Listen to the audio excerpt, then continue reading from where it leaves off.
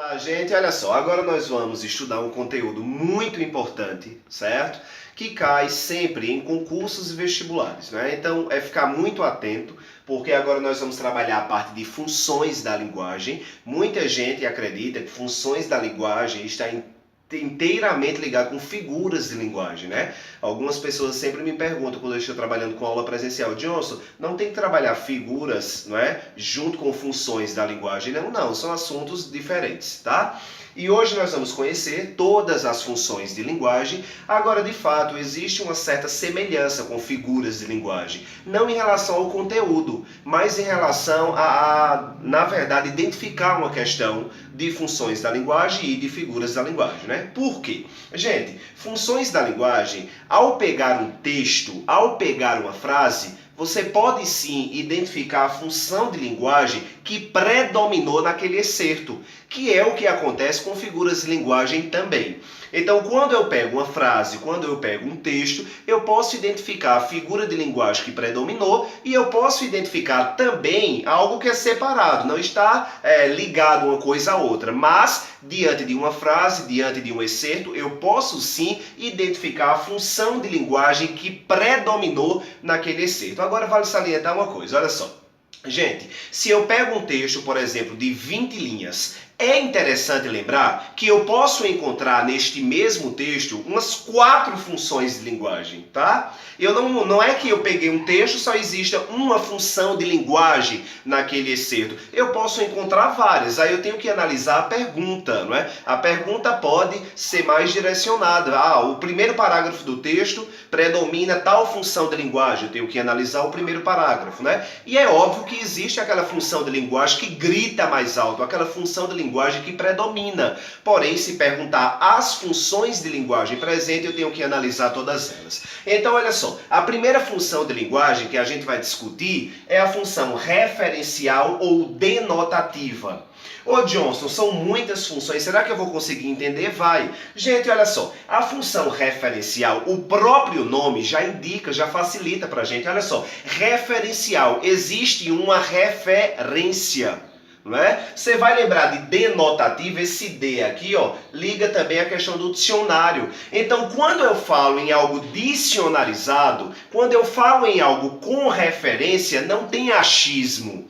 Tá? Então é algo que existe uma referência. Eu encontro muito o texto denotativo ou o texto referencial, não é? Em situações bibliográficas, em, por exemplo, matérias de jornais, em textos científicos. Então, se você pega um texto muito bem elaborado, que existe uma referência por trás daquele conteúdo, eu denomino aquele texto com a predominância de uma função chamada referencial ou denotativa, tá? Existe uma referência para que o conteúdo seja repassado.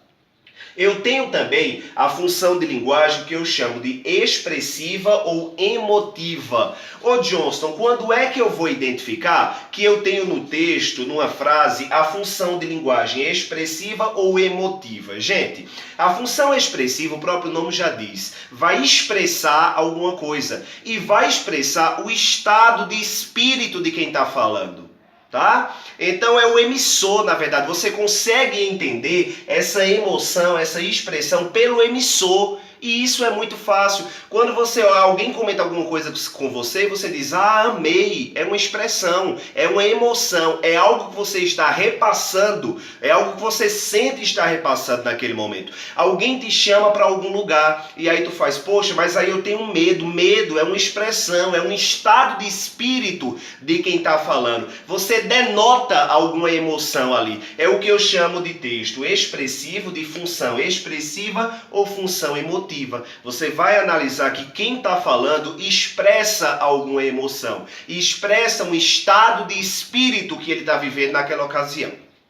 Essa é a segunda função de linguagem. A nossa terceira função de linguagem é o que eu chamo de função apelativa ou função conativa. Gente, na apelativa fica mais fácil, porque a apelativa a gente lembra logo, ó, de texto publicitário, por exemplo, né? De campanha e tal, quando a gente tenta convencer alguém de alguma coisa, mas aí muitas vezes o concurso ou o vestibular não traz a expressão apelativa, traz conativa, e aí você vai ter que identificar isso aí, tá certo? Gente, na expressão apelativa ou conativa, o elemento maior, a palavra-chave não vai ser o emissor, e sim o receptor. Eu vou estar fazendo um texto para alguém, a fim de convencer alguém, a fim de mostrar para alguém que aquela ideia é bacana, que aquela frase é bacana, não é? Então, por exemplo, quando você chega numa loja e 30% de desconto, não deixe de comprar. Então, na verdade, é uma forma apelativa. Eu não estou escrevendo a fim de mostrar a minha emoção, não é? Como no texto expressivo ou emotivo, mas aquela ideia, aquela frase, aquele excerto foi a fim de convencer o receptor. É uma frase que chama a atenção de alguém, eu faço para alguém. Então, de fato, as campanhas publicitárias é algo que evidencia bastante o texto apelativo ou conativo, tá certo? A nossa quarta função de linguagem é a função poética. Agora eu tenho uma dica importante, gente, para a função poética. Por quê? Muita gente acha que a função poética, ela é, na verdade, só quando eu encontrar uma poesia. E não é bem assim, gente. A gente precisa entender que dentro do assunto de funções da linguagem, eu vou denominar um texto, um excerto, não é? Como a função poética, quando na verdade o emissor, quando na verdade quem está elaborando o texto, ele não fica tão preocupado com o conteúdo propriamente dito, mas é a forma como ele vai elaborar aquele texto, né? A preocupação verbal, o cuidado com as palavras. Então muitas vezes eu não tenho um texto em formato de poesia, mas a preocupação com a palavra pode sim ser denominada uma função poética.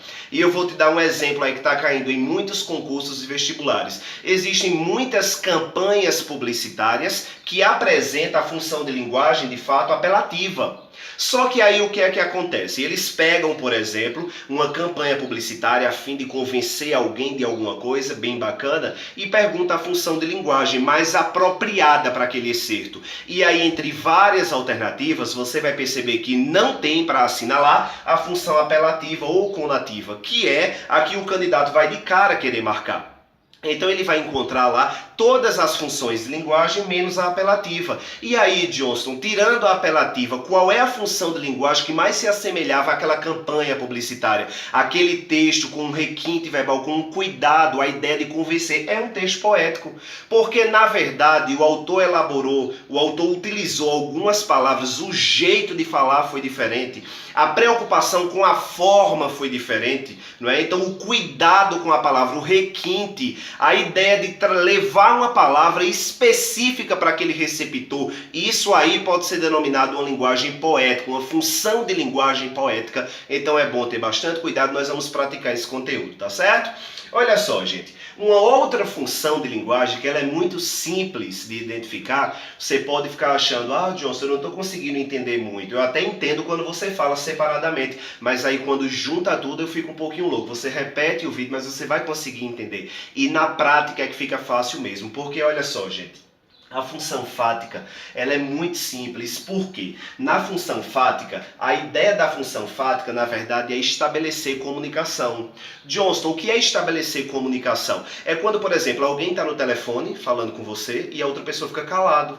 Você fala e você fica com medo da pessoa não estar ouvindo. E aí você faz alô, a pessoa faz oi, estou ouvindo. Aham, oi. Esse aham, oi, alô, aham, ok, sei, aham. Isso aí é a função fática. Na verdade, o que está acontecendo aí é a manutenção da comunicação. Eu preciso utilizar essas palavras curtas para manter a minha fala no telefone. Então eu tenho aí a função fática. E para nós finalizarmos a aula de funções da linguagem, eu tenho a função metalinguística. Johnston, o que é a função metalinguística? É quando um código fala do próprio código.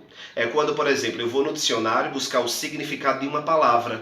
E são as palavras, não é, que trazem o significado dela. Então, eu utilizo a palavra para especificar um significado da própria palavra. É quando, por exemplo, eu tenho um texto falando de um outro texto. Eu dei até esse exemplo no Instagram, olha só, no modernismo, na terceira fase da poesia, nós temos um cara chamado João Cabral de Melo Neto, e ele tem um requinte verbal muito grande. Então ele escreve uma poesia denominada Catar Feijão. Nessa poesia Catar Feijão, é quando ele explica que para fazer poesia é como se fosse catar feijão. Você tem que selecionar os melhores grãos. E para João Cabral de Melo Neto, selecionar os melhores grãos é selecionar as melhores palavras para se fazer uma poesia. Então, na verdade, em Catar Feijão, ele explica como deve ser feita uma poesia através de uma poesia. Então ele escreve uma poesia explicando como deve ser feita uma poesia. É quando eu pego o código e explico pelo próprio código. Então eu tenho aí a função metalinguística. Gente, abraço e até a próxima aula.